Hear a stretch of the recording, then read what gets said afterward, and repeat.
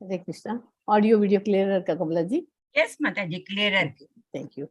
Hare Krishna. ISKCON Mangaluru சார்பாக பகவத்கீதை 18 நாள் வகுப்பிற்கு உங்களை எல்லோரையும் அன்போடு வரவேற்கிறேன். இன்னைக்கு Day 5 Chapter 5 படிக்கலாம். அதுக்கு முந்தி பிரேயரோட கிளாஸ் ஸ்டார்ட் பண்ணலாம். இது ISKCON மங்களூர்ல இருக்கிற ராதா கோவிந்தா டெம்பிள் இருக்கிற டெய்டி. நம ஓம் விஷ்ணு பாதாய கிருஷ்ண பிரேஷ்டாய பூத்தலே श्रीमदे भक्ति वेदांत स्वामी निति नामिने नमस्ते सरस्वती देवे गौरवाणी प्रचारिणे निर्विशेष शून्यवादी पाश्चात्य देशतारिणे कृष्णाय वासुदेवाय देवकी नंदनाय च नंद गोप कुमाराय गोविंदाय नमो नमः नमः पंकजनाभाय नमः पंकजमालिने नमः पंकजनेत्राय नमस्ते पंकजागर्ये जय श्री कृष्णा चैतन्य प्रभु नित्यानंद श्री अद्वैत गदाधर शिवासादि गौर भक्त वृंद हरे कृष्णा कृष्ण कृष्णा हरे हरे हरे राम राम राम हरे हरे ओम नमो भगवते वासुदेवाय ओम नमो भगवते वासुदेवाय ओम नमो भगवते वासुदेवाय ओम अज्ञान तिम्रन्दस्य ज्ञानाञ्जन शालाकाय चक्षुरुन्मीलितमेन तस्मै श्री गुरुवे नमः. हरे कृष्णा. இன்னைக்கு படிக்க போற சாப்டர் ஃபர்ஸ்ட் 6 சாப்டர் எப்போதுமே கர்மயோகம்னு சொல்லி கொடுத்துருக்கேன். இது 5வது சாப்டர் கர்மயோகத்துல வந்தாச்சு. கிருஷ்ண உணர்வில் எப்படி செயல்படணும் அப்படிங்கிறத பத்தி இந்த சாப்டர். அதாவது 5வதுல ஒரு சுருக்கமா சொல்லணும்னா சந்நியாசம் அல்லது கர்மயோகம் 5.1. சந்நியாசத்தை விட கர்மயோகம் எழுது. சந்நியாசம் போடுறதை விட கர்மயோகம் பண்றது ஈஸி. 5.2 கிரகஸ்தர்களா இருந்தாலும் கர்மயோகம் பண்ண முடியும். சந்நியாசம் போய் தான் பண்ணணும்னு கிடையாது. அதனால சன்னியாசத்தை விட கர்மயோகம் எழுது. 5.2 5.6 வரைக்கும் அதை தான் சொல்லித்தந்து. நிஷ்காம கர்மயோகா ஒருவரை பந்தத்திலிருந்து விடுவிக்கிறது. அது பார்க்க போறோம். பகவானை இடையராது நினைப்பதால் என்ன கிடைக்கிறது? முக்தி கிடைக்கிறது. அதுவும் பார்க்க போறோம். ஓகே. ஸோ நேத்திக்கு என்ன படிச்சோங்கிறத ஒரு ரீகேப் கொடுக்குறேன். ஆத்மா கடவுள் இவர்களுக்கு இடையிலான உறவு பற்றிய திவ்ய ஞானமான ஆன்மீக அறிவு ஒருவனை தூய்மைப்படுத்தி முக்தி அளிக்கக்கூடியதாகும். சுயநலமற்ற பக்தி செயலின் அதாவது கர்மயோகத்தின் பலனே இந்த உன்னத அறிவு. கீதையின் புராதன வரலாறு யுகந்தோறும் ஜட ஒளியில் தோன்றுவதற்கு காரணமும் முக்கியத்துவமும் மற்றும் தன்னை உணர்ந்த குருவை அணுகுவதன் அத்தியாவசிய தேவை ஆகியவற்றை பகவான் விளக்கினார். அதை பார்த்தோம் நேதி. இன்னைக்கு பார்க்கறதுல வெளிப்புறத்தில் எல்லா செயல்களிலும் ஈடுபட்டு இருப்பிடும் உட்புறம் அவற்றின் பலன்களை தொடர்ந்து வாழும் பக்குவ அறிவுடைய மனிதன் திவ்ய ஞானம் எனும் நெருப்பினால் தூய்மைப்படுத்தப்பட்டு அமைதி, பற்றின்மை, பொறுமை, ஆன்மீக பார்வை, ஆனந்தம் ஆகியவற்றை அடைகிறார். என்ன அடையணும்? நம்ம அமைதி, பற்றின்மை, அமைதினா பொறுமையா இருக்கிறது, அமைதினா காமா இருக்கிறது, பற்றின்மை டிட்டாச்மெண்ட், பொறுமை பேஷண்டா இருக்கிறது, ஆன்மீக பார்வை ஸ்பிரிச்சுவல் அந்த லைன்ல வர்றதுக்கு, ஆனந்தம் எல்லாத்துக்கும் ஹாப்பியா இருக்கும் ஆகியவற்றை அடைய முடியும். யாரையும் எல்லாத்தையும் துறக்கணும், அதாவது கடமைகளை செய்யணும், பலன்களை தொடர்ந்து வாழும் பக்குவ அறிவுடைய மனிதன் இதெல்லாம் திவ்ய ஞானம் என்னும் நெருப்பினால் தூய்மைப்படுத்தப்பட்டு இதெல்லாம் அடைய முடியும் அவனால. அறிவு யோகா பாதை பற்றி முன்னர் விவாதிக்கப்பட்ட யோசனையுடன் துரத்தல் அல்லது சன்னியாசா என்ற கருத்துக்களை கலைக்கிறது. கர்மயோகத்தின் பாதையும் அதே ஞானத்திற்கு வழிவகுக்கிறது. இந்த வழியில் 2 பாதைகளும் ஒரே இடத்திற்கு இட்டு செல்கின்றன. மேலும் செயல் மற்றும் புரிதலை பெறுதல் ஆகிய இரண்டையும் உள்ளடக்கியது என்று கிருஷ்ணர் விளக்குகிறார். தாமரைகளை தண்ணீர் போல வாழ கற்றுக்கணும். கடமையை செய், பலனை எதிர்பார்க்காதே. புலர் கட்டுப்பாடு அவசியம். உடல் 9 கதவுகளை கொண்ட நகரம். 9 கதவுகள் என்னென்ன? 2 காது, 2 நாசி துவாரம், 2 கண்கள், வாய், ஆசன வாய், பால் உறுப்பு. நகரத்தின் குறிக்கோள் என்ன? அனுபவிப்பதற்கான வாய்ப்பு. இதெல்லாம் இந்த நகரத்தினோட குறிக்கோள் என்னவா இருக்கணும்? அனுபவிப்பதற்கான வாய்ப்பு. ஓகே. ஸோ இது நம்ம அர்ஜுனனுடைய தவறான புரிதல். இந்த சாப்டர் 1 கவனிச்சிருவாங்க. அவன் வெறும் மன ஊகங்களை விட பக்தி சேவையை தெரிஞ்சது. அவன் எல்லாத்தையுமே தப்பா புரிஞ்சுட்டு இருக்கான். அதை அவன் குழப்பத்திலேருந்து அவன் மீண்டு வரணும்னு சொல்லியிருக்கு இல்லையா? 2வது ஸ்லோகத்துல கிருஷ்ணரால் விவரிக்கப்பட்ட ஆன்மா பற்றிய அறிவு. நான் உடல் இல்ல, ஆத்மா தான். ஆத்மா நிரந்தரம், உடல் டெம்பரரி, தற்காலிகம் அப்படிங்கிறது படிச்சிருந்தோம். பரிந்துரைக்கப்பட்ட அதுல 2வது சாப்டர்ல பரிந்துரைக்கப்பட்ட கடமைகள் விளக்கப்பட்டன. பலர் நோக்கில் செயல்களால் ஆத்மாவின் ஆத்மாவில் சிக்கல், பக்தி சேவையின் மூலம் சிக்கலில் இருந்து விலகும் செயல்முறையை விளக்குகிறார். அதெல்லாம் செகண்ட் சாப்டர். தேர்ட் சாப்டர்ல கிருஷ்ண உணர்வில் செயல் உள்ள ஒரு நபருக்கு ஆற்ற வேண்டிய கடமை எதுவுமே இல்லை. கிருஷ்ண உணர்வில் இருந்தால் எல்லா கடமையும் செஞ்சுட்டு தான் இருக்கும். அந்த மாதிரி இருந்தாச்சுன்னா கிருஷ்ண உணர்வுக்கு வந்தாச்சுனாக்க அவளுக்கு தனியா எந்த கடமையும் கிடையாது. எல்லாமே அவளுக்கு தெரியும். கரெக்டா பண்ணியிருந்தா ரிசல்ட்டை பத்தி கவலைப்பட வேண்டாம், பகவான் பார்த்துப்பார். ஸ்லோகம் 34வதுல அனைத்து வகையான தியாகங்களும் யாகங்களும் கிருஷ்ண உணர்வில் செயலாற்றுவதில் உச்சம் அடைகின்றன. 4வது அத்தியாயத்தின் கடைசியில் ஸ்லோகத்தில் கிருஷ்ணர் மீண்டும் அர்ஜுனனை எழுந்து யுத்தம் புரிய கூறுகிறார். இதனால் அர்ஜுனன் சிறிது குழப்பினான். துறப்பதா அல்லது செயலாற்றுவதா அப்படின்றதுக்காக அடுத்த சாப்டர் வருது.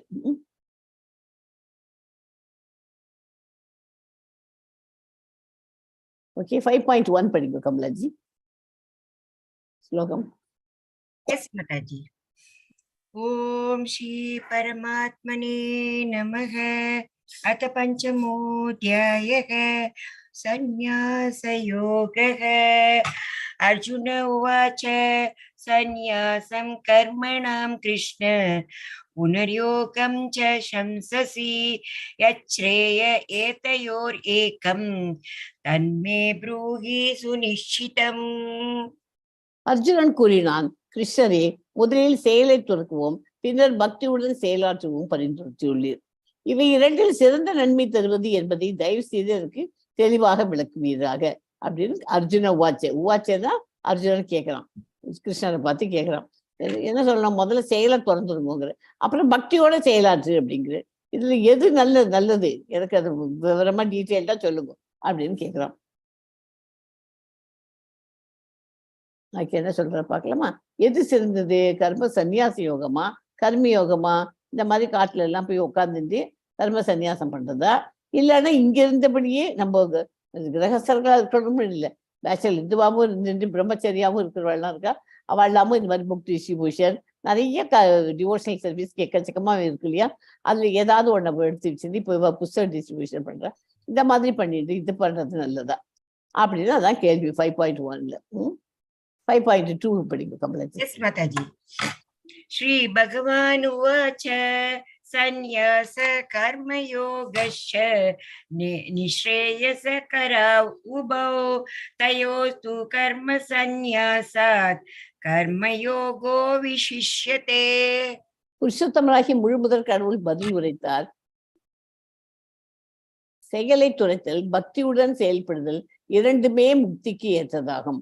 ஆனால் இவை இரண்டில் செயலை துறப்பதை விட பக்தி தோன்றில் செயல்படுவது சிறந்ததாகும். செயல் எல்லாத்தையும் துறக்கிறதை விட பக்தி தோன்றில செயல்படுவது சிறந்ததாகும்.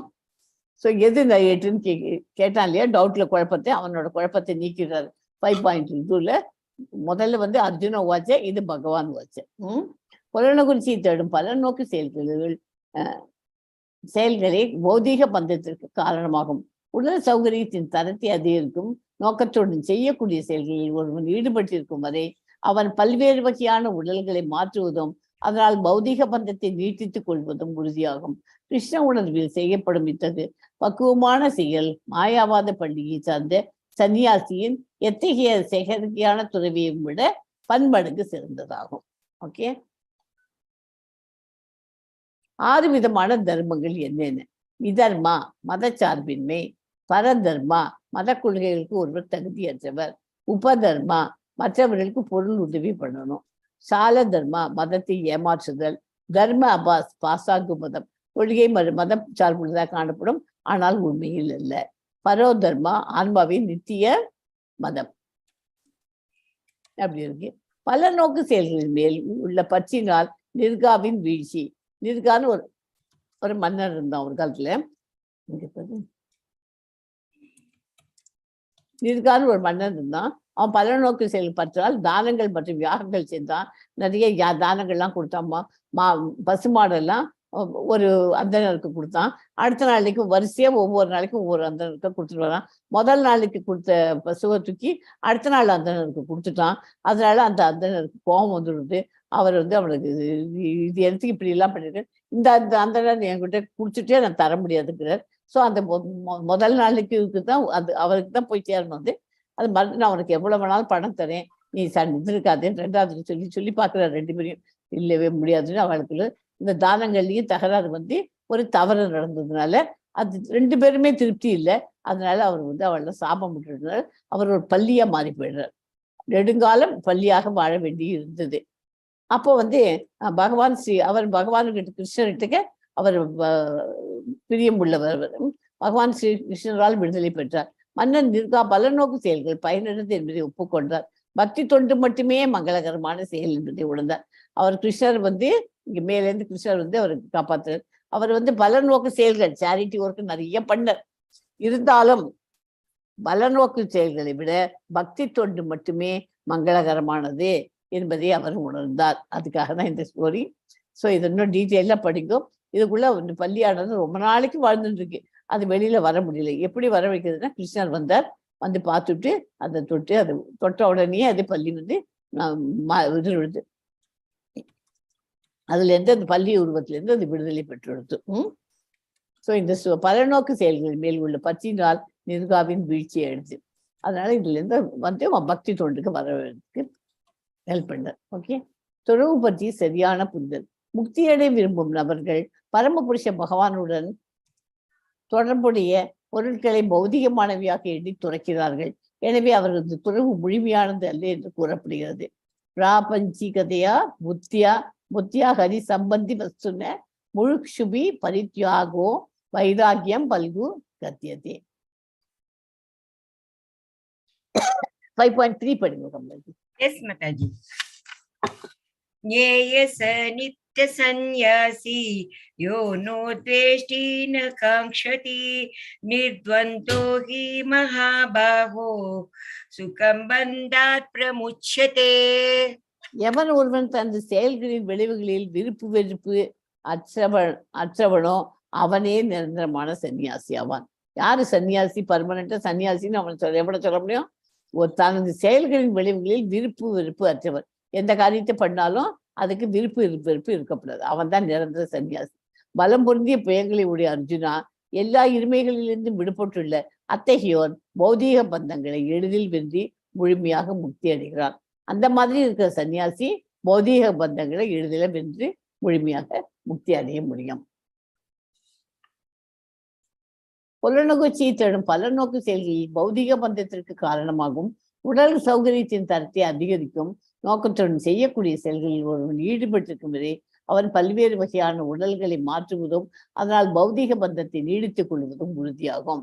கிருஷ்ண உணர்வில் செயல்படும் இத்தகைய பக்குவமான செயல் மாயாவத பண்டிகை சார்ந்த சன்னியாசியில் எத்தகைய செயற்கையான துறவியும் விட பன்மடங்கு சிறந்ததாகும். அதனால பக்தி தொண்டுதான் நல்லதுங்கிறது சொல்றது.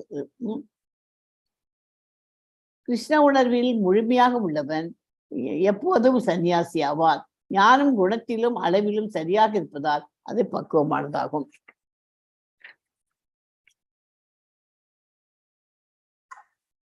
இறைவனின் பக்தி தொண்டில் ஈடுபடாமல் வெறுமனே எல்லா செயல்களையும் துறப்பது ஒருவனை மகிழ்விக்காது. ஆனால் பக்தி தொண்டில் ஈடுபட்டுள்ள சிந்தனை உடைய மனிதன் தாமதமின்றி பரம்பொருளை அடைய முடியும். ஓகே, பக்தி தொண்டில் ஈடுபட்டுக்கணும், சிந்தனை இருக்கணும், அவன் ஈஸியா பகவானை அடைய முடியும். பக்தி தொண்டில் ஈடுபடாம வேறிடம் மற்ற எல்லா செயல்களையும் தொடர்ந்துட்டேன் அப்படிங்கிறது மகிழ்விக்காது. ஓகே, merely அது இங்கிலீஷ்லயும் கொடுத்துருக்கேன், அதே same திங்கிங்க. merely renouncing the activities yet not engaging in the devotional service of the Lord of the Lord cannot make one happy. But a thoughtful person engaged in devotional service can achieve the supreme without delay. அது பகவத்கீதால 5.6 so ஒரு நான் devotee இவன் பக்தன் அல்லாதவன் அவன் என்ன பண்றான்? கையில நிறைய சம்பாதிச்சுட்டு இருந்திருக்கான், பணத்தெல்லாம் நான் தான் சம்பாதிச்சேன், ஐ ஏர்ன்ட் சோ மச், ஸோ அது என்னோடது தான், நான் தான் சம்பாதிச்சேன், இது ஏன் பணம் அப்படிங்கிறான் பக்தன், ஒரு நான் டிவோட்டி. அதே அந்த சம்பாதிச்சான், அவன் சம்பாதிக்கிறதுக்கு காரணமா இருந்தவர் யாரு? கிருஷ்ண பகவான். அவன் அப்பா அம்மா சின்ன வயசுல அவன் அப்பா அம்மா தான் அவனுக்கு ஸ்கூலுக்கு போக வச்சு, காலேஜ் படிக்க வச்சு, நல்லா படிப்பு வாங்கி, நல்ல மார்க் வாங்கி, வேலைக்கும் போக வச்சு சம்பாதிச்சுன்னு வரான். இதெல்லாம் நான் சம்பாதிச்சேன், அப்பா அம்மா ஹெல்ப் பண்ணலான்னு கூட சொல்லிக்கல, எல்லாம் என்னோடது, நான் தானே படித்தேன், யார் என்ன பண்ணா ஒருத்தரோடதும் இல்லை, எல்லாம் என்னோடதுதான். ஐ ஐ ஆம் த டூயர் அப்படின்னு சொல்லிட்டு இருக்கோம் இல்லையா. இந்த அகங்காரம் இருக்கக்கூடாது, ப்ரைடு இருக்கக்கூடாது, நமக்கு ஈகோ இருக்கக்கூடாது. இது ரெண்டுத்தையும் நம்ம எடுத்துட்டோம்னால நம்ம எல்லாருமே வாழ்க்கையில முன்னேற முடியும். அது ரெண்டு தான் நம்மகிட்ட எல்லாம் ஜாஸ்தியா இருக்கு. அதை மெதுவா எடுத்துட்டு ஹம்பிளா இருக்க கத்துக்கணும் நம்ம. இப்போ இவன் ஒரு நான் டிவோட்டி, அவன் பக்தன் அல்லாதவன், கையில சம்பாதிச்ச பணங்களா என்னோடது அப்படின்னு அவன் பெருமையா சொல்லிட்டு இருக்கான். அது நான் டிவோட்டியா இருக்குது. ஒரு பக்தன், கிருஷ்ணர் பக்தனா இருக்கான், அவன் என்ன சொன்னான், அவன் என்ன பண்ணுவான், எல்லாம் நான் சம்பாதிச்சேன்ப்பா, எல்லாம் கிருஷ்ணாவோட கருணை, கிருஷ்ணர் எனக்கு பிடிச்ச மெர்சி, கிருஷ்ணாவோட மெர்சியால தான் நான் இந்த அளவுக்கு சம்பாதிக்க முடிஞ்சுது, அவரோட தயவுல தான் நான் படிச்சேன், அவர் தான் எங்க அம்மா அப்பாவுக்கு பணம் கொடுத்து என்னை படிக்க வைக்க வச்சுருந்தது, எல்லாம் பண்ணிடுறது கிருஷ்ணர் தான், எல்லாம் கிருஷ்ணாஸ் மெர்சி அப்படின்னு ஒரு டிவோட்டி பக்தன் வந்து இப்படி சொல்லலாம். அதுக்காக எக்ஸ்பிளனேஷனுக்காக உங்களுக்கு பக்தனுக்கும் பக்தன் அல்லாதவனுக்கும் உள்ள வித்தியாசத்தை சொல்லணும். ஸோ இப்போ நம்மளாம் இந்த அளவுக்கு இருக்கோம் அப்படின்னா எல்லாம் கிருஷ்ணாவோட மெர்சி. எல்லாம் நான் படிச்சு, நான் சம்பாதிச்சேன், நான் கஷ்டப்பட்டு இந்த வீடை வாங்கினேன், நான் இருக்கேன், எல்லா பணங்கள்லாம் என்னோடது தான், என் குழந்தைகளுக்கு கூட இருக்கு அப்படின்னு சொல்லாது, எல்லாம் என்னோடதுன்னு சொல்றோம் இல்லையா, அதுதான் தப்பு. அது நான் டிவோட்டி தான் அப்படின்னு சொல்றோம். மற்ற மாதிரி டிவோட்டியா இருக்கிறோம் எல்லாம் கிருஷ்ணாவோட மெர்சி அப்படின்னு சொல்லி. ஓகே. மனதையும் புலன்களையும் கட்டுப்படுத்தி பக்தியுடன் செய்யப்படும் தூய ஆத்மா அனைவருக்கும் பிரியமானவன், அனைவரும் அவருக்கு பிரியமானவர்கள். எதையும் மனசையும் புலனையும் கட்டுப்படுத்தி எந்த காரியம் பண்ணினாலும் அது வந்து அனைவருக்கும் எல்லாருக்குமே பிடிக்கும். அந்த மாதிரி இருக்கிற அதே அவனுக்கும் அனைவரும் அவனுக்கு பிரியமானவர்கள் அவர். எப்போதும் செயலில் ஈடுபட்டுள்ள போதிலும் அத்தகைய மனிதன் பந்தப்படுவது, எப்போதுமே ஏதாவது காரியம் பண்ணிட்டு தான் இருப்போம். ஆனா அவன் வந்து எல்லாத்தையும் கண்ட்ரோல் பண்ணிட்டான், புலன்களை கண்ட்ரோல் பண்ணிட்டான், மனசையும் மனசாலே பாய் விட மாட்டான், எல்லாத்தையும் பண்ணிட்டு இருக்கிறதுனால அந்த பகவான் எதுலையுமே அட்டாச்சா இருக்க மாட்டான். எப்படி இருக்க மாட்டான், அட்டாச்சா இருக்க மாட்டான்னா தாமரை இலை நீர் போல அட்டாச் இல்லாம இருப்போம். தாமரை இலை வந்து தண்ணியில இருக்கு, ஆனா அதுல ஒரு டிராப் வாட்டர் அதுக்குள்ள உட்கார முடியுமா, அது மேலதான் இருக்கும், எப்படி இப்படி கீழே தள்ளி விட்டாக்க அதுல ஒண்ணுமே இருக்க, ஒரு டிராப் வாட்டருக்கு. அந்த மாதிரி வாழ கத்துக்கணும் நம்ம. ஓகே. ஸோ இந்த படம் தான் வந்தாச்சு. அடுத்தது 5.10 படிங்க. எஸ் மாதாஜி. ब्रह्मण्यादाय कर्माणि संगं त्यक्त्वा करोति यः लिप्यतेन स पापेन पद्मपत्रम् इवाम्बसा. பற்றின்றி தனது கடமைகளை செய்து பலன்களை பரமபுருஷ பகவானுக்கு அர்ப்பணிப்பவன் தாமரையில் எவ்வாறு நீரால் தீண்டப்படுவதில்லையோ அது போல பாவ விளைவுகளால் தீண்டப்படுவது இல்லை. ஓகே. நம்ம மற்ற எதுலையுமே பற்று வச்சுக்காம கடமைகள், காத்தால எழுந்தோமா நமக்கு பிரேக்ஃபாஸ்ட் பிரசாதம் பண்ணணும், பண்ணிட்டு பகவானுக்கு நைவேத்தியம் பண்ணணும், முதல்ல அதுக்கு முன்னாடி என்ன பண்ணணும், பிரம்ம முகூர்த்தத்துல எழுந்துக்கணும், சாண்டிங் பண்ணணும், இதெல்லாம் நம்ம பிளான் பண்ணிட்டு பண்றோம். இந்த மாதிரி இந்த காரியங்களை எதுக்காக பண்றோம், பற்றின்றி கடமைகள், இதெல்லாம் நம்மளோட ரெகுலர் டியூட்டி அப்படின்னு பண்ணணும். அதுக்கு எதுலையுமே பற்று வச்சுக்க கூடாது. பரமபுருஷம் எல்லாமே பகவானுக்கு அப்படின்னு அர்ப்பணிச்சுட்டு பண்ணாங்க. தாமரையில நீரால் தீண்டப்படுவதில்லையோ அது போல இருந்தாக்க நம்ம கிட்ட எந்த விதமான பாவ விளைவுகளும் நம்ம தீண்டாது. நம்ம எல்லாத்துலயும் பந்தம் வச்சுன்னு ஆசை வச்சிருந்து அந்த மாதிரி பற்றுகளை வச்சுக்கிறதுனால தான் இன்பம் மட்டும் இல்லை, இன்பத்தோட துன்பத்தையும் இந்த பௌதிக உலகத்துல அனுபவிச்சுட்டு இருக்கோம்.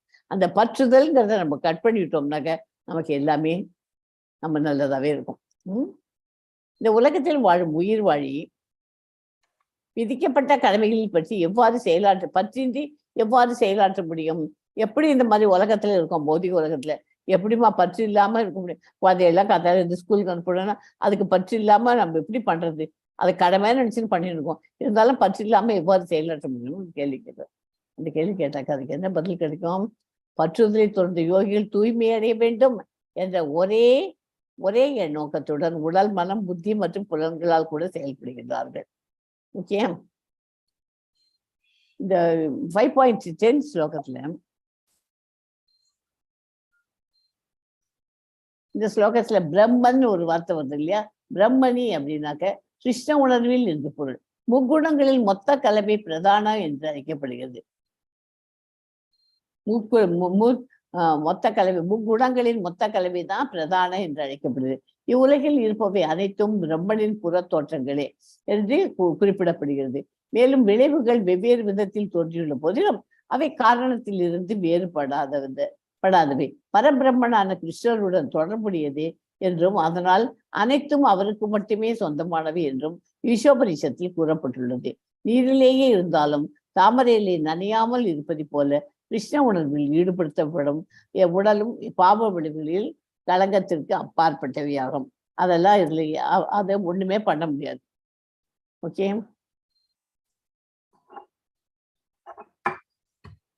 பக்தியில் உறுதியாக உள்ள ஆத்மா எல்லா செயல்களையும் பலனையும் எனக்கே அர்ப்பணிப்பதால் பூரண அமைதி அடைகிறான். ஆனால் தெய்வீகத்துடன் இணையாதவனோ தனது முயற்சியின் பலனை அனுபவிக்கும் பேராசையால் பந்தப்படுகிறான். எஸ் 13 படிங்க. எஸ் மாதாஜி. சர்வ கர்மாணி மனசா சந்யஸ்யாஸ்தே சுகம் வஷி நவத்வாரே புரே தேஹி நைவ குர்வன் காரயன். இந்த ஸ்லோகத்தில் நவத்வாரே அப்படின்னு வருது இல்லையா? நவம்னா என்ன? 9. துவாரேனா கதவுகள். நம்ம உடல் 9 கதவுகளை கொண்ட நகரம்னு படிச்சிருக்கோம். நவத்வாரே யாருக்காவது தெரியுமா என்ன 9 கதவுகள் இருக்கு நம்ம உடம்புல? ட்ரை பண்ணுங்க எல்லாரும். எஸ் ஜோதி மாதாஜி, ட்ரை பண்ணுங்க. காது, 2 காது, 2 காது, 2 கண்ணு, 2 கண்ணு, வாய். இல்ல முதல்ல 2 எல்லாம் சொல்லிடுங்க. 2 காது, 2 கண்ணு, 2 கால் அது வருதுங்களா? இல்ல காது 2 காது, 2 கண்ணு, 2 கண்ணு, 2 கை, 2 மூக்கு துவாரம். கையெல்லாம் கிடையாது, 2 மூக்கு துவாரம். 3 ஆச்சா? அப்புறம் ஒரு வாய், அப்புறம் ஒரு ஆசன வாய், அப்புறம் ஒரு பால் உறுப்பு. ஓகே, அந்த 9க்கு ஆர்டர் வர்றதுக்கு முதல்ல 3, 2, 6 சேர்த்து சொல்லிடுங்க. காது, கண்ணு, காது அண்ட் மூக்கு எல்லாத்துக்கும் 2, 2. கண்ணு, காது, மூக்குக்கு 2, 6 ஆயிடுது. அப்புறம் பாக்கி 3 என்ன? வாய் 1, அப்புறம் வாசன வாய் 1, அப்புறம் பால் உறுப்பு 1. ஓகே, 3. ஸோ அது நம்ம உடம்புங்கிறது என்ன? ஒரு நகரம். நகரத்துக்கு 9 கதவுகள் இருக்கு. இந்த 9 கதவுகள் எதுக்காக பகவான் கொடுத்துருக்காரு? நம்ம இந்த உலகத்துல இருந்து பௌதிக உலகத்துல நம்ம அனுபவிச்சுட்டு ஆன்மீகத்திலையும் முன்னேறணும் அப்படிங்கிறதுக்காக தான் எல்லாத்தையும் கொடுத்துருக்காரு. காது நல்லது தான் கேட்கணும், கண்ணு நல்லது தான் பார்க்கணும், பகவத்கீதை பாகவதம் அந்த புஸ்தகங்களை படிக்கணும், பகவானுடைய விக்கிரகத்தை பார்க்கணும், அதுக்கு தான் கண்ணு. காது எதுக்கு?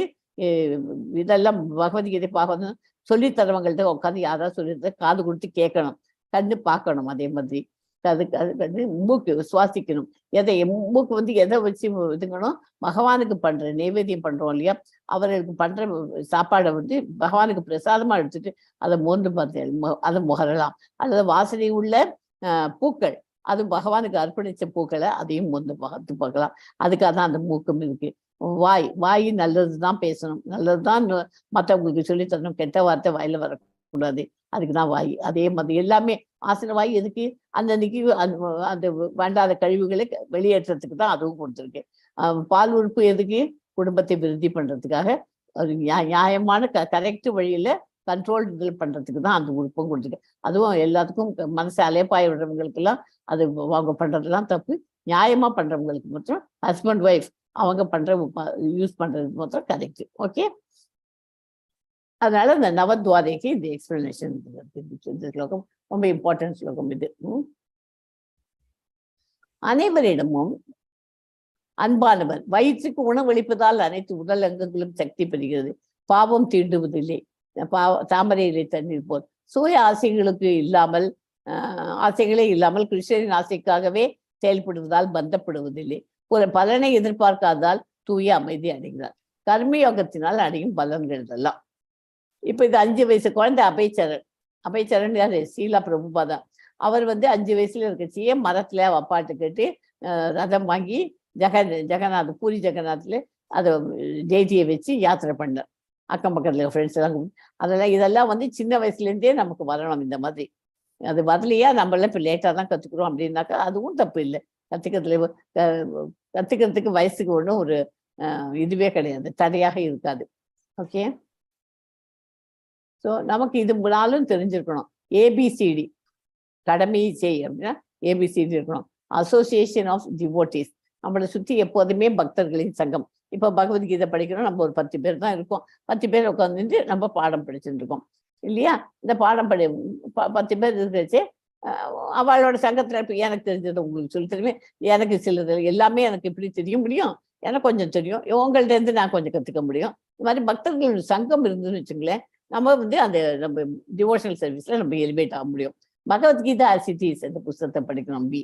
சாண்டிங் திருநாம உச்சாரணம், பகவானுடைய ஹரே கிருஷ்ணா மகாமந்திரத்தை எப்போதுமே உச்சரிச்சிருந்தான். ஒரு நாளைக்கு மினிமம் 16 ரவுண்டு பண்ண சொல்லி அட்வைஸ் பண்ணியிருக்காங்க. 16 ரவுண்டுக்கு எப்படியும் வரத்துக்கு நீங்க ட்ரை பண்ணிடுங்க.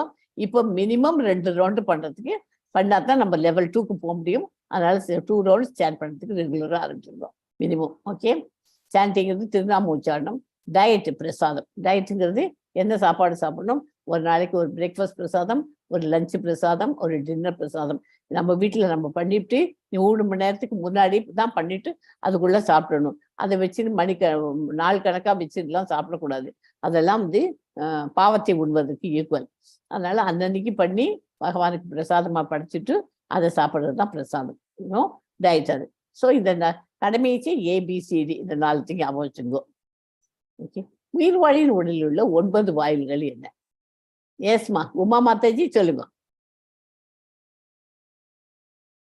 எஸ் உமா மாதாஜி. உமா மாதாஜி தான் ராதிகவா? ரெட்மி ரெட்மிங்கிறது உமா மாதாஜி தானே? தெரியலையே, அதை நான் கேட்டுட்டே இருக்கேன். ஆமா, உமா மாதாஜி தான். ஹரே கிருஷ்ணா ரெட்மி சொல்லுங்க. ஒரு ஹேண்ட் ரைஸ் பண்ணிருக்கா, அப்பயே சொல்லுங்க. ஹேண்ட் ரைஸ் பண்ணிருக்காங்க. சொல்லுமா.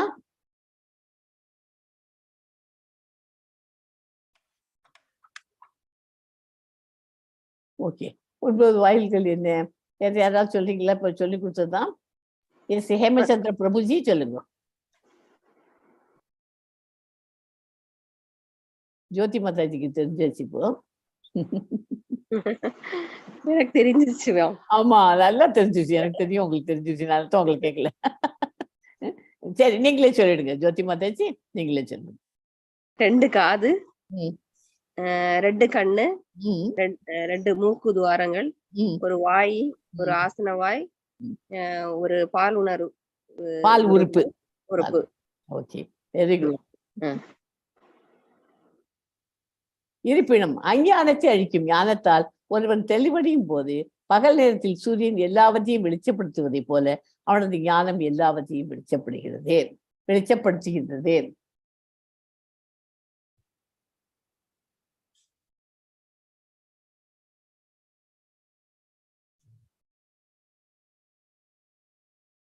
எப்போது ஒருவனது புத்தி, மனம், நம்பிக்கை, புகலிடம் என அனைத்தும்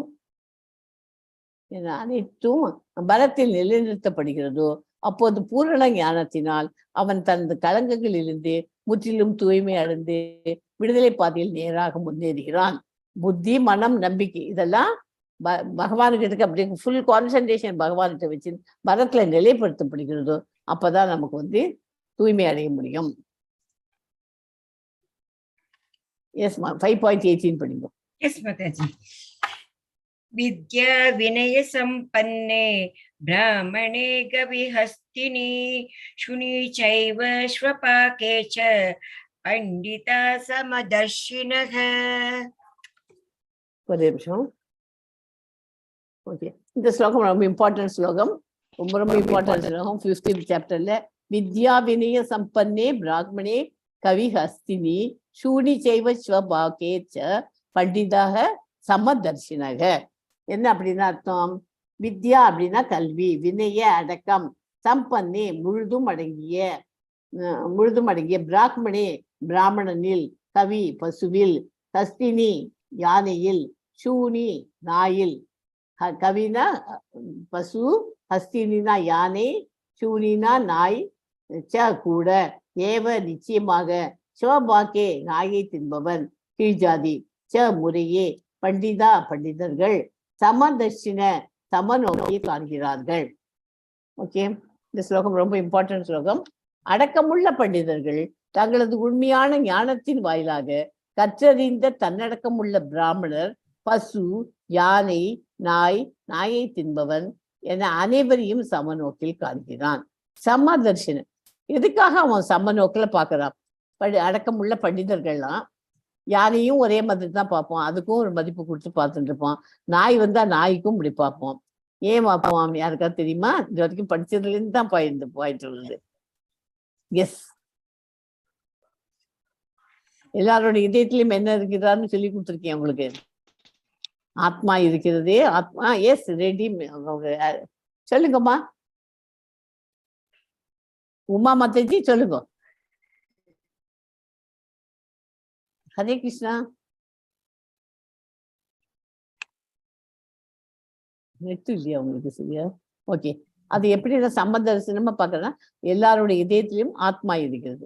ஆத்மாவோட நம்ம ஆத்மாங்கிறது எனக்கு என்னோட மங்கள மாதாஜி ஆத்மா மங்களத்துது, கமலா மாதாஜி ஆத்மா கமலா மாதாஜி கிட்ட இருக்கும் ஆத்மா. ஜோதி மாதாஜி ஆத்மா அவங்கவுங்கள்ட்ட அவங்கவுங்க இது இருக்கப்படுது இல்லையா? இப்போ என்னோட ஆத்மாவும் இருக்கு, கூடவே என்ன இருக்குன்னு சொல்லி கொடுத்துருக்கேன் உங்களுக்கு. இதயத்திலேயே எல்லாருடைய இதயத்திலையும் ஆத்மாவும் கூடவே பரமாத்மாவும் இருக்கிறார். ஆத்மாவுக்கு இன்னொரு ஜீவாத்மான்னு சொல்லிக்கலாம். நம்மளுக்கு பரமாத்மாங்கிறது பகவான், பகவானும் கூட இருக்கிறார்.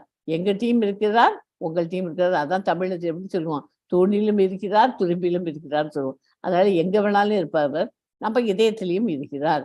ஸோ நம்ம பண்ற ஆக்டிவிட்டி எல்லாம், திருட்டு வேலை பண்ணாலும் சரி, என்ன காரியம் தனியா உட்காந்து பண்ணாலும் சரி, சேர்ந்து பண்ணாலும் அந்த ஒவ்வொரு காரியத்தையும் அவர் பகவான் கண்காணிச்சுன்னு தான் இருக்கார் அப்படிங்கிறது நமக்கு தெரியணும். ஸோ இதெல்லாம் இவாளுக்கெல்லாம் இந்த நாயோட இதயத்திலையும் ஆத்மாவும் இருக்கு, அதனோட ஆத்மா கூடவே பரமாத்மாவும் இருக்கிறார். அதனால்தான் அந்த அடக்கமுள்ள பண்டிதர்கள்லாம் என்ன பண்ணுவார், எல்லாரையும் பார்த்தா எல்லாருக்கும் மதிப்பு கொடுக்கணும். அனிமலா இருந்தாலும் சரி, இதுவா இருந்தாலும் எல்லாருக்கும் கூடயும், உயிர்வாழிகள் எல்லாத்துக்குமே கூடவே உங்களுக்கு ஆத்மாவோடு சேர்ந்து அவங்க ஆத்மாவோடு சேர்ந்து பரமாத்மாவும் இருக்கார். பகவானுக்கு மதிப்பு கொடுக்கறதுக்காக அவள்லாம் அடக்கமுள்ள பண்டிதர்கள் அப்படி இருக்கிறார். அதாவது சில பேர் கொசுவை கூட அடிக்க மாட்டாங்க. ஏன் கொசுவை அடிக்க மாட்டா? கொசுவுக்கும் ஆத்மா இருக்கு, ஆத்மாவோட கூடவே பரமாத்மாவும் இருக்கார். அந்த கொசு அடிச்சா நம்ம பகவான் அடிக்கிற மாதிரி ஆயிடும். நம்ம கொசு அடிச்சு போடுறோம்னு நினைக்கிறோம். கரப்பு வீட்டுல வருது, கரப்பு அடிக்கிறதுக்கு மருந்து போட்டு அடிச்சு கரப்பை சாகடிக்கணும். அந்த ஆத்மாவோட சேர்ந்து பரமாத்மாவும் சேர்ந்து இதுங்கிறது இல்லையா? அதனால அதெல்லாம் பண்ண மாட்டா. இதெல்லாம் யார் பண்ண மாட்டா? அடக்கமுள்ள பண்டிதர்கள், கற்று அறிந்த பண்டிதர்கள் பண்ண மாட்டாங்க. அவங்க அதுக்கு பதிலாக கொசு இருந்தாக்கா நீங்க நெட்டு போட்டுக்கோங்களேன், அதை எதுக்கு அடிச்சு அதனோட உயிரை எடுக்கிறீங்க அப்படின்னு கேள்வி கேட்பாங்க அவங்க எல்லாம். ஸோ அதனால நல்ல இதெல்லாம் டீட்டெயிலாக படித்தவங்க இந்த காரியங்கள்லாம் பண்ண மாட்டாங்க. ஒரு ஆத்மாவை நம்ம கொல்றதுக்கு நமக்கு ரைட் இல்லை, ஏன்னா கூடவே பரமாத்மாவும் இருக்கு அப்படிங்கிறதுக்காக. ஓகே. உயிரின வேறுபாடுகளையும் ஜாதி வேறுபாடுகளையும் கிருஷ்ண பக்தன் காண்பது இல்லை. உயிரின வேறுபாடுகள், ஜாதி வேறுபாடுகள் ரெண்டுத்தையுமே கிருஷ்ண பக்தன் பார்க்க மாட்டான். இப்போ பகவத்கீதை படிக்கிறோம், இதுல நம்ம நீ என்ன ஜாதி நான் என்ன ஜாதின்னு யாராவது கேட்டுக்கிறோமா? ஒருத்தருமே கேட்க மாட்டோம். ஏன்னா கிருஷ்ண பக்தனுக்கு எல்லாரும் ஒரே இதுதான். ஏன்னா எல்லாருடைய இதயத்திலும் பகவானும் இருக்கிறார், பரமாத்மாவும் கூட இருக்கிறார். ஜாதி வேறுபாடுகள் கிடையாது, கிருஷ்ண பக்தன் காண்பது இல்லை. சமூக ரீதியில் பிராமணனும் கீழ் ஜாதியினும் வேறுபட்டவர்களாக இருக்கலாம். உயிரின ரீதியில் நாய், பசு, யானை ஆகியவை வேறுபட்டவை. ஆனால் உடலில் இது போன்ற வேற்றுமைகளை கற்று அறிந்த ஆன்மீகவாதியின் கண்ணோட்டத்தில் அர்த்தமற்றவை. இதெல்லாம் அர்த்தமே கிடையாது இந்த மாதிரி பார்க்கறதெல்லாம். பரமனுடன் அவர்களுக்கு உள்ள உறவால் இது சாத்தியமாகிறது. அவள்லாம் பியூர் டிவோட்டி, பகவானுக்கிட்ட அவளுக்கு டைரக்டா பகவானுக்கு பிரத்யட்சமா அவள் கனெக்ஷன் இருக்கு. பரமபுருஷன் அனைவரும் இதயத்திலும் பரமாத்மா வீற்று இருக்கிறார். இதுதான் இந்த மாதிரி ஞானம் வருது இல்லையா, அதுதான் உண்மையான ஞானமாகும். பரமனுடன் உள்ள அவர்களுக்கு உள்ள உறவால் இது சாத்தியமாகிறது. ஏனெனில் பரமபுருஷர் அனைவரின் இதயத்திலும் பரமாத்மாவாக வீற்றுள்ளார். இந்த ஞானமே உண்மையான ஞானமாகும். ஸோ இந்த ஸ்லோகம் ரொம்ப இம்பார்ட்டன்ட் ஸ்லோகம். எவ்வாறு ஒருவனால் அனைவரையும் சமநோக்கில் காண முடியும்? எப்படி பார்க்க முடியும் எல்லாரையும் சமநோக்கில்? கற்றறிந்தவர்களால் தான் பண்ண முடியும். அந்த கிருஷ்ண பக்தனா இருந்தா தான் அவன் பகவானோட அவருக்கு தொடர்பு இருக்கிறதுனால அவனால பார்க்க முடியும், எல்லாராலையும் பார்க்க முடியாது. ஓகே. இத்தகைய புத்தி பெற்ற ஆத்மா ஜடப்புல இன்பங்களால் கவரப்படுவது இல்லை, ஆனால் சமாதி நிலையில் எப்போதும் தன்னுள்ளே சுகத்தை அனுபவிக்கிறான். இவ்விதமான வரத்தை தியானிப்பதால் தன்னுணர்வுடையோன் எல்லையற்ற சுகத்தை அனுபவிக்கிறான். ஓகே.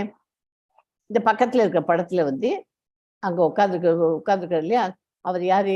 ஹரிதாஸ் தாக்கூர். ஒரு முசல்மான் பை பர்த் அவர். ஆனா அவர் தூய Krishna pure devotee of Krishna பக்தர். அவர் கிருஷ்ணருடைய பக்தர். அவர் ஒரு நாளைக்கு 3 லட்சம் தடவை அவர் ஹரே கிருஷ்ணா மகாமந்திரம் சொல்லாம தூங்க மாட்டார், பிரசாதம் எடுத்துக்க மாட்டார். காத்தாலைக்கு ஒரு கோட்டா, மத்தியானம் ஒரு கோட்டான்னு கணக்கு வச்சிருப்பார்.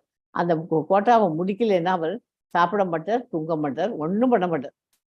அவர் அதை பண்ணிட்டு தான் மற்ற காரியம். கான்சன்ட்ரேஷன்னா அப்படி ஒரு கான்சன்ட்ரேஷன் 60 நாளையும் அவர் அதுதான் பண்ணிட்டு இருப்பார். ஏன்னா அவர் பியூர் டிவோட்டியா போயிட்டார் பகவானோட. அவரால் ஃபுல் கனெக்ஷன் வச்சுட்டு பேசிட்டு எல்லாம் பண்ண முடியும்.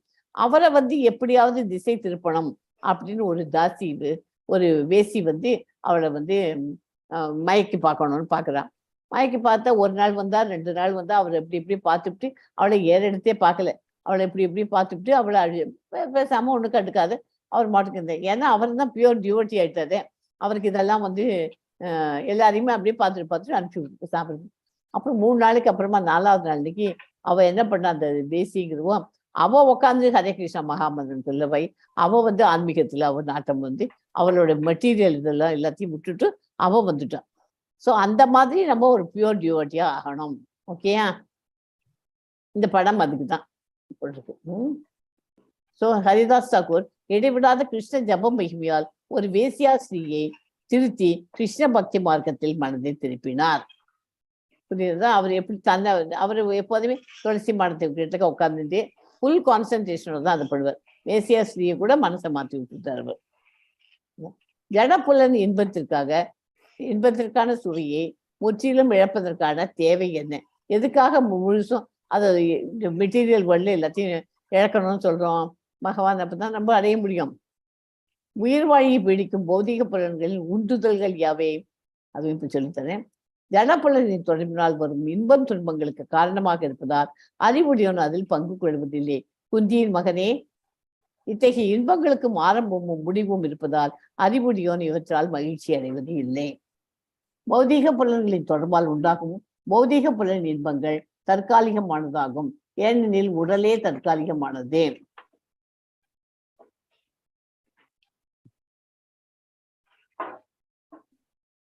ஒருவனால் தற்போதைய உடலை நீக்கும் முன்பு ஜட புலன்களின் உந்துதல்களை பொறுத்து கொண்டு காமத்தையும் கோபத்தையும் கட்டுப்படுத்த முடிந்தால் அவன் நன்கு நிலை பெற்றவன் ஆவான். இவ்வுலகிலேயே அவன் மகிழ்ச்சியுடன் இருப்பான். உந்துதல்னு சொன்னேன், அது என்ன உந்துதல்னு சொல்றேன் நான் இப்போ, அதை பார்த்துக்கலாம். ஒருவர் தன் உடலை போறதுக்கு முன்னாடி ஜட புலன்களின் உந்துதல்களை பொறுத்துக்கணும், காமத்தையும் கோபத்தையும் கட்டுப்படுத்தணும். அவன் நன்கு நிலை பெற்றவன் ஆவான். அவன் இந்த உலகத்திலேயே அவனால ஹாப்பியா இருக்க முடியும். எவன் ஹாப்பியா இருக்க முடியும் இந்த உலகத்துல? புலன்களின் உந்துதல்களை பொறுத்து கொள்ளணும், காமத்தையும் கோபத்தையும் கட்டுப்படுத்தணும். ரெண்டும் பண்ணியாச்சுனாக்க அவன் இந்த உலகத்திலேயே மகிழ்ச்சியா இருக்க முடியும். தன்னுணர்வு பாதையில் நிலையான முன்னேற்றம் பெற விரும்பினால் பௌதிக புலன்களில் உந்துதல்களை கட்டுப்படுத்த அவசியம் முயல வேண்டும்.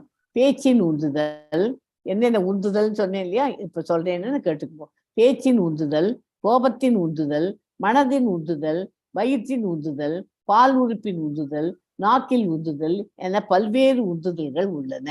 இந்த பல்வேறு புலன்கள் மற்றும் மனதின் உந்துதல்களை கட்டுப்படுத்துபவன் கோஸ்வாமி அல்லது சுவாமி என்று அழைக்கப்படுகிறான். கோஸ்வாமிங்கிறவன் என்ன பண்ண முடியும்? அவர் யாருக்கு பேர் அப்படி கொடுக்க முடியும் கோஸ்வாமின்னு? அவன் எல்லா விதமான உந்துதல்களையும் பல்வேறு புலன்கள் மனதின் உந்துதல்களையும் கட்டுப்படுத்துவனுக்கு தான் கோஸ்வாமின்னு பேர். பூரண கட்டுப்பாட்டுடன் கூடிய வாழ்க்கை வாழ்கிறார்கள். ஆசையும் கோபத்தையும் அடக்க பெரும் முயற்சி செய்ய வேண்டியது ஒரு ஆன்மீகவாதியின் கடமையாகும். இது எல்லாராலையும் பண்ண முடியாது. யாரால பண்ண முடியும்? எல்லாத்தையும் கட்டுப்படுத்தணும் அப்படிங்கிற இது இருக்கிறவாளால் தான் முடியும். ஒரு ஆன்மீகவாதியால் தான் பண்ண முடியும். மற்றவாளால அதை பண்ண முடியாது. நம்ம அதுக்கு ட்ரைனிங் எடுத்துட்டாக்க நமக்கு பண்ண முடியும். முடியாததுன்னே கிடையாது. Impossible is found in the dictionary of fools. நமக்கு இம்பாசிபிள் எதையுமே சொல்லக்கூடாது, எல்லாமே முடியும். நம்மளால பண்ண முடியும் அப்படின்னு நினைச்சுன்னு பண்ணணும். காத்தால எழுந்துட்டோம். மாதாஜி சொல்லியிருக்காங்க, மினிமம் 2 ரவுண்டு, காத்தால 2, மத்தியானம் 2, சாயங்காலம் 2. இன்னைக்கு எத்தனாவது? 5வது சாப்டர் வந்தாச்சு. 5 ரவுண்டு பண்ணணும் அப்படின்னு. ஒரு ரவுண்டு பண்ணணும்னாக்க 108 டைம் சொல்லணும்னா 7 நிமிஷம் நிறுத்தி சொன்னீங்கன்னா, கொஞ்சம் ஃபாஸ்டா சொன்னீங்கன்னா 6 நிமிஷம் தான் ஆகும். ஹரே கிருஷ்ணா ஹரே கிருஷ்ணா கிருஷ்ண கிருஷ்ணா ஹரே ஹரே ராம ராம ராம ஹரே ஹரி. ஒரு வாட்டி ஹரே கிருஷ்ணா கிருஷ்ண கிருஷ்ணா ஹரே ஹரி ஹரே ராம ராம ஹரே ஹரி. இப்பவே பேசிட்டே கிச்சு 2 வாட்டி சொல்லிட்டேன். இந்த மாதிரி 108 தடவை சொல்ல முடியாது நம்மளால. 5 மினிட்ஸ் வெயிட் பண்ணோம்னா கண்டிப்பா நம்மளால பண்ண முடியும். ஓகே, அதனால எதுவுமே நம்ம பண்ண முடியாதுன்னு சொல்லக்கூடாது, எல்லாம் முடியும். ட்ரை பண்ணி பாருங்களேன். ஓகே, எவன் ஒருவன் தனக்குள் சுகமாக உள்ளானோ, தனக்குள் செயல்பட்டு இன்புறுகிறானோ, தனக்குள் பார்வையை செலுத்துகின்றானோ, அவனே உண்மையில் பக்குவமான யோகியாவான். அவன் பரத்தில் முக்தி பெற்று பரத்தையே அடைகிறான். ஓகே, அந்த மாதிரி இருக்கிறவன் தான் எல்லாத்தையுமே தனக்குள்ள நான் பண்ற காரியங்களும் நல்லா தான் கரெக்டா பண்றேன் அப்படின்னு தன்னையே நினைச்சிட்டு அவன் பக்குவமான யோகி ஆகிறதுக்கு அவன் மொத்தமா இந்த இதெல்லாம் உந்துதல்களை எல்லாம் கண்ட்ரோல் பண்ணணும், மனசை கட்டுப்படுத்திக்கணும். மனசை புத்தின்னு ஒண்ணு கொடுத்துருக்காரு பகவான் இல்லையா, மனசை புத்தியால கண்ட்ரோல் பண்றதுக்கு நமக்கு இது இருக்கணும். மனசு இஷ்டத்துக்கு அலைப்பாய விட்டாக்க அதை அலைப்பாஞ்சுட்டே தான் இருக்கும், போயிட்டே இருக்கும். அதை கண்ட்ரோல் பண்ணணும். அவங்க வீட்டுல டிவி இருக்கு, நம்ம வீட்டுல டிவி இல்லையே, நம்ம டிவி இந்த டிவி விட அந்த வேற டிவி வாங்கணும். எல்லாத்துக்கும் இப்படி மனசை நம்ம அலைப்பாய விட்டோம். நமக்கு என்ன லிமிட்டோ அந்த லிமிட்டோட நம்ம வச்சுக்கணும். அதுதான் கண்ட்ரோல் பண்றதுங்கிறது பேரு. சின்ன விஷயத்துக்கு மெட்டீரியல் வேர்ல்டு லைஃப்லயே நம்ம நிறைய தப்புக்கள் பண்ணிட்டு இருக்கோம். இந்த மாதிரி சின்ன சின்ன தப்புக்கள்லாம் தான் அவங்கள்ட்ட இருக்குங்கிறதுக்காக நம்ம வாங்க முடியுமா? அவங்க வீட்டுல பெரிய நகையெல்லாம் ஒரு 10 பவுனுக்கு பண்ணியிருக்காங்க, நம்மளும் 10 பவுன் பண்ணு கடன் வாங்கிட்டு ஊர் முடிச்சிருக்கு. அப்புறம் ஒரு நாள்ல என்ன ஆகும், கையில இருக்கிற வீட்டுல உட்காந்துருக்கிற வீட்டை கூட விற்க முடியாத நிலைமை வந்துடும். அந்த மாதிரியாகி இதை அவசரப்பட்டு இருக்காங்க எத்தனையோ பேர். அதனால ஆசைக்கும் ஒரு அளவு வச்சுக்கணும், எல்லாத்துக்கும் ஒரு லிமிட் வச்சிருந்து பண்ணினாக்க எல்லாராலையும் சந்தோஷமாக இருக்க முடியும். சமாதான சூத்திரம் என்றால் என்ன? சமாதானம்னா என்ன? Peace formula. சமாதான சூத்திரம் என்றால் என்ன? இப்ப அதான் படிக்க போறோம். இந்த ஸ்லோகத்துக்கு தான் சமாதான சூத்திரம் பேரு. இதான் லாஸ்ட் ஸ்லோகம் ஆஃப் திஸ் சாப்டர். இது ரொம்ப இம்பார்ட்டன்ட் ஸ்லோகம். எஸ்மா, எஸ் கமலாஜி. எஸ் மாதாஜி. போக்தாரம் யஞ்ஞ தபசாம் सर्वलोक महेश्वरं सुकृतं सर्वभूतानां ज्ञात्वा मां शान्तिं ऋच्छति. நானே எல்லா யாகங்களையும் தவங்களையும் இறுதியில் அனுபவிப்பவன் என்றும், எல்லா லோகங்களையும் தேவர்களையும் கட்டுப்படுத்துபவன் என்றும், எல்லா உயிர்களின் உற்ற நண்பன் என்றும் அறிந்து என்னை பற்றிய முழு உணர்வில் இருப்பவன் துயரங்களிலிருந்து விடுபட்டு அமைதி அடைகிறான். யாரால அமைதி அடைய முடியும்? முழு பகவானை பற்றி முழு உணர்வுல வந்தாச்சுனாக்க துயரங்கள்ல இருந்து விடுபட்டு அமைதியை அடைய முடியும். இந்த ஸ்லோகம் ரொம்ப இம்பார்ட்டன்ட் ஸ்லோகம். போக்தாராம் யஞ்ஞ தபசாம் சர்வலோக மகேஸ்வரம் சுகிருதம் சர்வபூதானாம் ஞாத்வா மாம் சாந்தி ருச்சதி. இதை படிச்சுக்கோங்க எல்லாரும். இந்த ஸ்லோகத்தை இம்பார்ட்டன்ட். இது வேர்டு பை வேர்டு உங்களுக்கு சொல்லிடுறேன். போக்தாராம் அனுபவிப்பவன், யஜ்ஞனா யாகங்கள், தபசாம் தவங்கள், சர்வலோக எல்லா லோகங்களும், அங்குள்ள தேவர்களும், மகா ஈஸ்வரம் உயர் அதிகாரி, சுகிருதம் உச்ச நண்பன், சர்வ எல்லாம், பூதானாம் உயிர்வாழிகள், ஞாத்வா என்று அறிந்து, மாம் என்னைனா பகவான் கிருஷ்ணரே, சாந்தி உலக துன்பங்களிலிருந்து விடுதலை, ருச்சதினா அடைகிறான். நானே எல்லா யாகங்களையும் விடுபட்டு என்னை பற்றி முழு உணர்விப்பன் துயரங்களிலிருந்து அமைதி அடைகிறான். ஓகே, பீஸ் ஃபார்முலா என்ன? இந்த ஸ்லோகம் அமைதிக்கான வழி. எக்ஸாம்பிள் இரண்யகசிபு தமையன் பிரம்மாவை நோக்கி தபஸ் இருக்கிறார். ராவணன் கும்பகர்ணன் சாகாவரம் வேண்டி கடும் விரதம் இருக்கிறான். சிசுபாலன் தண்டவர்தன் உங்களால் படைக்கப்பட்ட ஏதாலும் எனக்கு சாவு வரக்கூடாது என்று அவன் இருக்கான். அமைதி தேடி பக்தியுடன் பண்ணக்கூடியது. நமக்கு ஈஸியஸ்ட் அமைதி வேணும் அப்படின்னா ஈஸியா பண்ணக்கூடியது என்னென்ன? இந்த கலியுகத்துல நாம ஜபம். கலியுகத்துல பெஸ்ட் என்னதான்?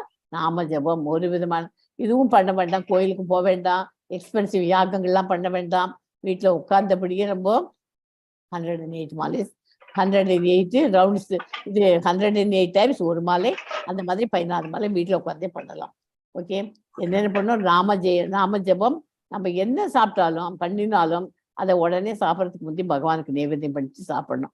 அது மாதிரி பகவானுக்கு நைவேத்தியம் பண்ணாத சாப்பிட்றதெல்லாம் அதுக்கு என்னது? பாவங்களை உண்றதுக்கு ஈக்குவல். ஓகே, ஏகாதசி அன்னைக்கு விரதம் இருக்கிறதும் அவ்வளவு விசேஷம். ஏகாதசி விரதம்னாக்க அதுக்காக நிர்ஜல் ஃபாஸ்டிங் இருக்க முடிஞ்சவங்க இருங்க, நிர்ஜல் ஃபாஸ்டிங் இருக்க முடியாதவங்க, நிர்ஜல்னா என்ன? இன்னைக்கு காத்தால 6 மணிக்கு தண்ணி குடிச்சு முடிச்சிடணும், அடுத்த நாள் காத்தால 6 மணி வரைக்கும் தண்ணி குடிக்க கூடாது, ஒரு ட்ராப் வாட்டர் கூட குடிக்க கூடாது. அப்படி இருக்க முடிஞ்சவங்க இருக்கலாம். அது ஹெல்த்தை பார்த்துட்டு தான் பண்ணணும், எல்லாரும் பண்ணாதீங்க. இல்லைனாக்கா ஃப்ரூட்ஸ் அண்ட் வெஜிடபிள்ஸ், எப்போ பசிக்கிறதோ ஃப்ரூட்ஸ் அண்ட் வெஜிடபிள்ஸ் சாப்பிடுங்க. அப்புறம் வெஜிடபிள்ஸ் எல்லாம் பாயில் பண்ணி உப்பை போட்டு வேக விட்டு கறி கூட்டு அது மாதிரி பண்ணி சாப்பிட்டுக்கலாம். ஆனா சிறுதானியங்களை சேர்க்கப்படாது. நம்ம ஸ்டேபிள் ஃபுட்டான சப்பாத்தி, அரிசி, இது சாதம் அதெல்லாம் சாப்பிடக்கூடாது. ஓகே, அந்த மாதிரி பண்ணிட்டு எந்த வேணால் பாலை குடிச்சிக்கலாம், தயிர் குடிச்சிக்கலாம், பன்னீர் சாப்பிடலாம், சீஸ் சாப்பிடலாம். இதெல்லாம் இது பால் சம்பந்தப்பட்ட எதுவுமே, வெண்ணெயை சாப்பிடலாம், மோர் குடிக்கலாம், ஸ்வீட் பண்ணி சாப்பிட்டுக்கலாம். இதெல்லாம் பகவானுக்கு பிடிச்சதெல்லாம் நம்ம சாப்பிட்டுக்கலாம். ஓகே, இது ஏகாதசி. அமைதி தேடினா அமைதி தேடி பக்தர்கள் பண்ணக்கூடிய காரியங்கள் இந்த 3 காரியங்கள் தான். அதனால அந்த 3 காரியத்தையும் விடாம எல்லாரும் பண்ணணும். மாயாசக்தியின் பிடியில் சிக்கியுள்ள அனைத்து கட்டுண்ட ஆத்மாக்களும் பௌதிக உலகில் அமைதியை தேடுகின்றன. ஆனால் பகவத்கீதையின் இந்த பிரிவில் கூறப்பட்டிருக்கும் அமைதிக்கான வழி என்ன என்பது அவருக்கு தெரியவில்லை. மிகச்சிறந்த வழி இதுவே. கர்மயோகம் என்று அறியப்படும் இந்த 5ஆம் அத்தியாயம் கிருஷ்ண உணர்வில் பயிற்சியின் விவரமாகும். கிருஷ்ண உணர்வை பயிற்சி செய்யும் போது தானாகவே அஷ்டாங்க யோக முறையும் பயிற்சி செய்யப்படுகிறது. யம, நியம, ஆசமன, பிராணாயாம, பிரத்யாகாரா, தாரணா, தியான, சமாதி என்னும் படிப்படியான வழிகளில் முன்னேற்றம் அடையப்படுகிறது. பக்தியே வாழ்வின் மிக உன்னதமான பக்குவ நிலையாகும்.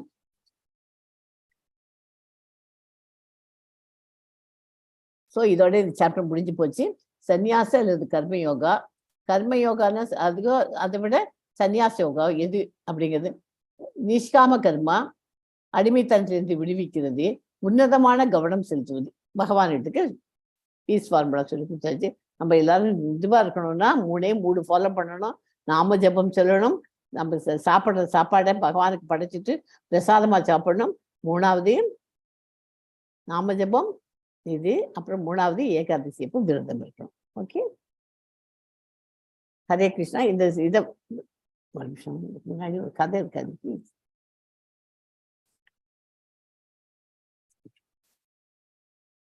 எஸ், இன்னைக்கு உங்களுக்கு ஒரு குட்டி கதை ஒன்று சொல்றேன். இது இன்னைக்கு என்ன கதைன்னா அம்பரீஷ் மகாராஜா கதை. இதை கமலா மாதாஜி ரொம்ப அழகா சொல்லுவாங்க, சிம்பிளா சொல்லிடுவாங்க. அது கேளுங்க. கமலா மாதாஜி. அம்பரீஷ் மகாராஜா கதை சொல்லுங்க. அம்பரீஷ் மகாராஜன் ஒருத்தர் இருந்தார். அவர் ரொம்ப பியூர் கிருஷ்ண டிவோட்டி, ரொம்ப கிருஷ்ணன் டிவோட்டி, அபாரமான. அப்ப அவர் ஏகாதசி விரதம் ரொம்ப இது அனுஷ்டிப்பார், ரொம்ப ஃபாலோ பண்ணிடுவார். அப்படியே அந்த கிரமமா எப்படி பண்ணணுமோ அப்படி பண்ணிடுவார். ஏகாதசி முடிஞ்சதுக்கு பிறகு ஆக்சுவலி அந்த துவாதசியில அந்த எந்த டயத்துல நம்ம அந்த விரதம் முடிக்கணும்னு ஒரு டைம் இருக்கு, நம்மளே இப்ப வெள்ளம் கூட கொடுப்பேன். அந்த டயத்துல அந்த விரதத்தை முடிச்சோம்னா அப்பதான் அந்த ஏகாதசி பண்ணினதுக்கு பலனே அப்பதான் கிடைக்கும். நம்ம எப்ப வேணா பண்ண முடியாது. அப்ப அந்த மாதிரி அவர் அடுத்த நாள் துவாதசி இருக்கு, அவரை விரதம் முடிக்கணும். அதுக்குள்ள துர்வாச முனிவர் வந்துடுறாரு, அங்கேருந்து வர்றாரு இவரை பார்க்கறது. சோ வந்தேடா ரொம்ப சந்தோஷம். அங்க நீங்க என்ன துவாதசி அன்னைக்கு பாராயணம் பண்ணி எல்லாருக்கும் சாப்பாடு போட்டா ரொம்ப விசேஷம். அப்ப அவருக்கு ரொம்ப சந்தோஷமா இருக்கு. துர்வாச முனிவர் அப்ப அவர் சொல்ற, நான் போயிட்டு குளிச்சுட்டு வந்துடுறேன், அப்புறம் வரேன். அப்ப சுருக்க வாங்குவோங்கிற அங்க ஒரு துர்வாச முனிவர் போனார். அவர் நீருக்குள்ள முழுங்கி இந்த தியானத்துல அப்படியே மறந்தே போயிடுறாரு. அப்படியே அந்த தியானத்திலேயே இருந்துடுறாரு. இங்க என்னன்னா ரொம்ப லேட் ஆயிடுச்சு. அந்த துவாதசி முடிக்கிறதுக்கு, அந்த ஏகாதசி விரதம் முடிக்கிறதுக்கு அந்த வேலை நெருங்கினே இருக்கு, ஆல்மோஸ்ட் ஆக போறது. ராஜாக்கு ஒரே குழப்பம், என்னடா பண்றது? சாப்பிட்டாருன்னா அவர் துர்வாசம் கோவம் வரும். அப்ப விரதம் முடிக்கலன்னா அந்த விரதத்தோட பலனே கிடையாது, என்ன பண்றது? அப்ப அந்த மந்திரிகள்லாம் சொல்ல பண்ண, ஒண்ணு இல்ல மகாராஜா, நீங்க கவலைப்பட வேண்டாம், நீங்க பேசாம அந்த தண்ணியில நம்ம நீர்ல அதுல ஒரு துளசி மாத்திரம் போட்டு அதை குடிச்சுட்டான்னா அது ஏகாதசி விரதத்தை முடிச்சு அந்த இது உண்டு, அதுக்கு அது பலனாலும் தப்பு இல்லை, அப்புறம் தானே சாப்பிட போறோம். சரி, அது அப்படியே விரதம் டைம் ஆக போறதுங்கனால சரி அவர் தண்ணியில துளசி மாத்திரம் போட்டு குடிச்சுட்டார். அது அந்த துர்வாச முனிவருக்கு அவருக்கு தெரிஞ்சு விடு, அவர்லாம் யோகி இல்லையா, நல்ல யோகியில இருக்கும்போதே பண்ணணும். அவருக்கு ஒரே கோபமா இருக்கும். அங்கேன்னு வந்துட்டு நீ எப்படி நீ விரதத்தை, அவர் சொல்ற அது மாதிரி நான் ஒண்ணுமே சாப்பிடல, சும்மா அந்த விரதத்தை முடிக்கிறது அவருக்கு கேட்டுக்க மாட்டார். அதெல்லாம் இல்ல, என்னை விட்டுட்டு நான் சொல்லிட்டு நீ என்னை கூப்பிட்டு அவமானப்படுத்திட்டு கோபம் வந்துடுது. அந்த கோபத்துல அவர் ஒரு ராட்சசியை இது பண்ணிடு, அவளுக்கு தான் முனிவர்களுக்கு தெரிய சபிக்கிறது ராட்சசி விட்டுடுறான் மகாராஜா மேல அவரை இது பண்றதுக்காக, கொல்றதுக்கு அந்த ராட்சசன் வந்துடுறான். அப்ப அந்த ராட்சசன் உடனே ஐயோ இந்த அம்பரீஷ் மாருக்கு என்னடா சிவ இந்த சங்கடமாயிட்டு இந்த மாதிரி நல்லது பண்ணி ஒரே நம்ம கிருஷ்ண பகவான தான், விஷ்ணு கிருஷ்ண பகவான வேண்டிக்கிறார், நீங்க தான் காப்பாத்துப்பா, உங்களை தான் உங்க அவங்கதான். அவருக்கு கோவம் வந்துடுது. அப்ப விஷ்ணு நம்ம கிருஷ்ணருக்கு கோவம் வந்து என்னோட தூய பக்தன் எவ்வளவு அழகா பண்றா. அவருக்கு கிருஷ்ணர் பகவானுக்கு தன்னை சரணடைந்து தூய பக்தன் யாரு என்ன சொன்னாலும் அவருக்கு பிடிக்கவே பிடிக்காது. அவளை காப்பாத்துறோம், எங்க இருந்தாலும் காப்பாத்தும். அதனால அந்த சங்கரத்தை அந்த சக்கரத்தை விட்டுடுறாரு. ஒரு கையில சக்கரை வச்சுட்டு இருப்பாரு இல்லையா, அந்த சக்கரத்தை விட்டுடுறாரு. அது நேர வருது. அவர் தூரத்தின்றே இந்த துர்வாசம் பண்ணிட்டு வந்த உடனே அவர் பயந்து போயிடுறாரு. ஓ என்னடா இது விஷ்ணு சக்கரத்தை வந்த உடனே அதுக்காக ஒவ்வொருத்தருக்கையா போறாரு. பிரம்மாட்ட போறார், சிவன்கிட்ட போற, எல்லாட்டி போற, இந்திரலோகம் எல்லாரும் சொன்னாலும் ஒண்ணுமே முடியாது. இந்த இதுக்குள்ள இந்த விஷ்ணு சக்கரத்தை எடுக்கிற சக்தி எங்களுக்கு நேரம் அவர் விஷ்ணுவிட்டே போறாரு. அடையா நான் மன்னிச்சுக்கோ என்ன ஆகுன்ட்டு. விஷ்ணு சொல்ல என்னாலையும் ஒண்ணும் பண்ண முடியாது. நீங்க நேரம் அந்த அமரீஷ் மார்புரி என்னோட பக்தனை தானே நீங்க அவமதிச்சு, நீங்க அந்த என்னோட பக்தனோட காலில் வந்து அங்க அவர்கிட்ட நீங்க சரணடைங்கோ, அப்பதான் முடியும்னு. அப்புறம் சரி, அப்பதான் அவருக்கு தெரியுது, பார்த்தா நம்ம என்ன அபச்சாரம் பண்ணிட்டோம்ட்டு அவருக்கு தெரியுது. நேர ஓடி வந்து அமரீஷ் மார்புரி காலை என்ன மன்னிச்சுடு, நான் உன்னோட சக்தியை புரிஞ்சுக்காம நான் அவனை அவமதிச்சுட்டேன்ட்டு. அப்புறம் அமரீஷ் மாரிசன் ஐயோ அதெல்லாம் ஒண்ணும் இல்லப்பா, எனக்கு எதுனா அப்படின்ட்டு பரவாயில்ல அப்படின்ட்டு அவர் மன்னிச்சு இது பண்ணதுக்கு அப்புறம் தான் அதை விஷ்ணு சக்கரம் நேர அதை விட்டு போயிடும். இதுல இருந்து நம்ம என்ன தாற்பயம் பண்ணிருக்கோம், நம்ம கிருஷ்ணரோட பக்தவாளை யாரு கிருஷ்ணன் மேல பறக்கல அவளை ஒரு அளவும் அவளை நம்ம அவமதிக்க கூடவே கூடாது. அதனால அதுல இன்னொன்னு என்ன தெரிய வருது, நம்ம கிருஷ்ணன் மேல நல்ல பூர்ண நம்பிக்கை இருந்தானாக்க பகவான் நம்மளை எப்போதும் கைவிட மாட்டார். அது ரெண்டும் நமக்கு தெரியுது. பக்தால நம்ம அவமதிக்கப்படாது. நம்ம பக்தி நல்ல உண்மையான பக்தி வச்சிருந்தோன்னா டெஃபினட்டா அவர் நம்மள ஆதரிப்பார், நம்மள கைவிடவே மாட்டார். அவ்வளவுதான். Okay, Hare Krishna Mataji. Hare Krishna, thank you so மச்மா. இந்த கதையில இருந்து நமக்கு புரிஞ்சுக்கிறது இதுதான். அவரை நம்புறோம், நம்பிதான் அவர்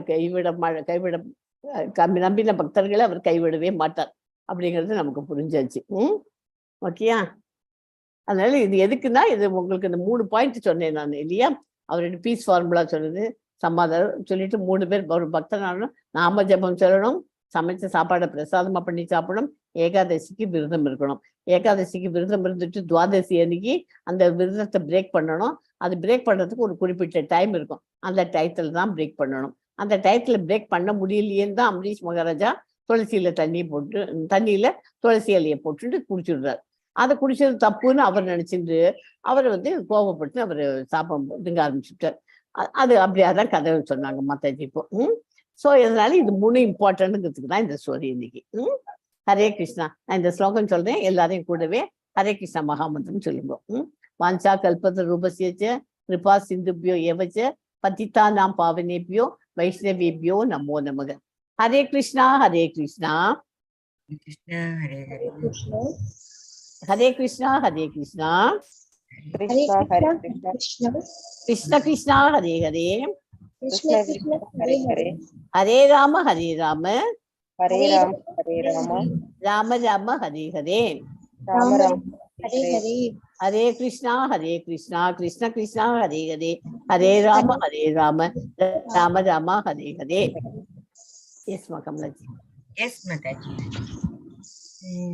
ஓம் தத்சத் இதி ஸ்ரீமத் பகவத்கீதாசு உபனிஷத்சு பிரம்ம வித்யாயாம் யோக சாஸ்திரே ஸ்ரீ கிருஷ்ணார்ஜுன சம்வாதே சந்நியாச யோகோ நாம பஞ்சமோऽध्यायः.